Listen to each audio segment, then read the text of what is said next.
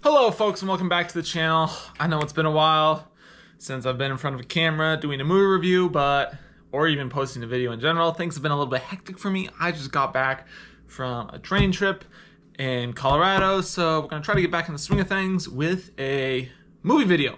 Haven't done one of these in a while. I'm sorry for not bringing the podcast back. It's really hard for me to do them just by myself. I normally need someone else. And it's hard to get a podcast partner and everything. So, we are going to be talking about a couple movies today. So, I went and saw Mission Impossible Dead Reckoning Part 2 on the day after it came out, I think. I meant to make a video, but I didn't. So, yeah, sorry, I didn't get my thoughts on that. And then I also watched How to Train Your Dragon recently. I think the day of or the day after it came out. And so, I've got my thoughts and opinions on those movies. And I think I'm also going to go see the F1 movie in end of the week. So I should have that movie coming out soon too, with a couple reactions from people. So we'll talk about Mission Impossible Dead Reckoning. And I would say, generally, I thought, it wasn't too bad. I definitely hoped it would have been better. But I think the movie itself was way too convoluted for my liking. They started a bunch of storylines and plot lines and never really gave them a satisfying ending, or they built something up and then just knocked the foundation out from under it. And so you had a lot of these things that were building up that could have been something really, really cool, and then it just kind of dropped. So that was kind of, yeah. A lot of plot lines that came in and never really finished up. So that was kind of disappointing. I think the action itself was pretty good. They had some good scenes. The storytelling wasn't with it, in my opinion. I think they tried to do too much and it just became too big. Another thing I found, and I also like when I was listening to other reviews, is that I didn't really feel the urgency of a bad guy. Like the AI kind of, Gabriel kind of, but I didn't feel bad guy urgency. And so I felt like that was a problem as well. And the movie itself wasn't terrible. I just don't think they did as good a job with it as they could. And they didn't, it was just too much. There was too much going on for it to feel. They had a good couple scenes of full build-up where they built things up. There was some good plot lines going, some good misdirection and everything, and then it just kind of fell in. There was a lot of very unsatisfying points in the movie, is what I would say. How to Train Your Dragon, though. This was definitely interesting. It was a very interesting movie. And interesting in the sense as it's probably going to be one of the best live action remakes. It's probably been one of the better so far. And if you don't want to hear spoilers about anything, or maybe you have, or it's an exact copy paste to the original movie. Like, the lines are the same, the action is the same, scene for scene, it's just about the same. And I feel like in some places that helps it, and it helps it excel.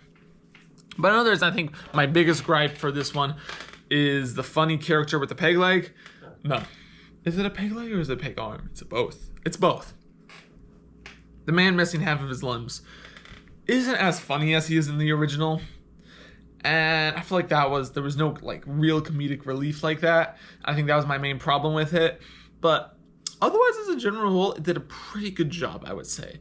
I think that the live action was beautiful, the CGI, the dragons were awesome. I know that I had skepticism coming in, and I'd take it all back. I thought this movie was great. I thought it was a great movie. I thought it did a great job. It was good. I quite enjoyed it. I had a short where, one of my friends, he did a immediate reaction, and I enjoyed the movie. While I did come in expecting more of an Aladdin remake where, they added plot points and this and that and that and this, and they didn't do that, but I felt like it was okay. I think they did a good job with the movie. I thought the characters were nice, the actors, The clothing, the wardrobe was beautiful, stunning. I feel like what they did add, they explained well, or it added and didn't take too much away. And so I think they generally just did an extremely good job with it. Now, is it an A movie? No, because, it's a copy paste. But still like a B plus, I would say. B plus on the movie.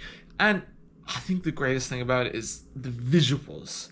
Like, so I watched the movie, and then I went back and I watched some scenes from the older one. I'm like, how am I supposed to go back to something like this once you've seen the live action How to Train Your Dragon?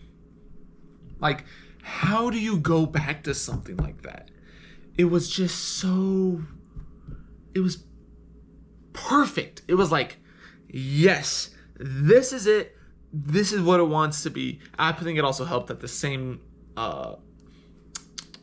director and then the same so the person that co-directed and co-produced the first one also did the How to Train the live action, as well as the person that did the music for the original did the music for the next one. And that's something that I also really noticed about it, is the music, while the same, was also different.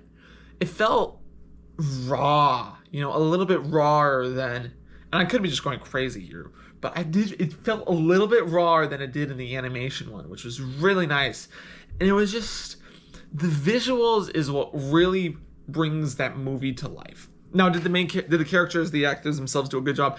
Absolutely. Hiccup does an amazing job. Astrid, also spectacular. The others, amazing as well. The Chief, that was awesome. He was crazy. That was such a good job. I would definitely recommend going to see How to Train Your Dragon in theaters. It was just, whoo! Like, I think, like, what really draws me to going to see it again would be the visuals. It's, seeing that movie in live action was insane. And I'm still blown away just like thinking about the visuals that they did for it. And I know I'm pretty sure I had some bad words that I said about it in the original when the trailer came out or when the news came out. I take it back. You know what? It was great. B plus. The visuals were awesome. I think the only thing that would be holding it back from A is that it was exact copy paste, and maybe they could have let the lines go and freeformed it just a bit while keeping it close to the original. But the visuals were just insane. And you know what? We'll throw a bonus movie onto the end. I also watched A Haunting in Venice. It's the most recent Agatha Christie movie. And you know what? Out of the three, this one was pretty good. It was definitely scarier, but it was a scarier movie, I would say. But I feel like it did a good job with everything. I think the previous two were only okay, in my opinion. This one did a really good job. Would I watch it again? No, it was definitely a little bit too scary for me, but it was really good. And I felt really immersed in the story, how it happened. I think they did a generally good job with that.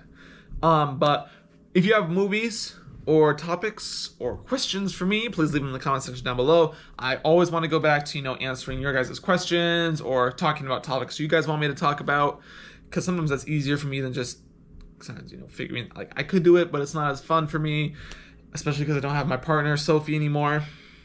But, give me comments about what you would like me to talk about, or questions that you have for me, or opinions that you want me to answer.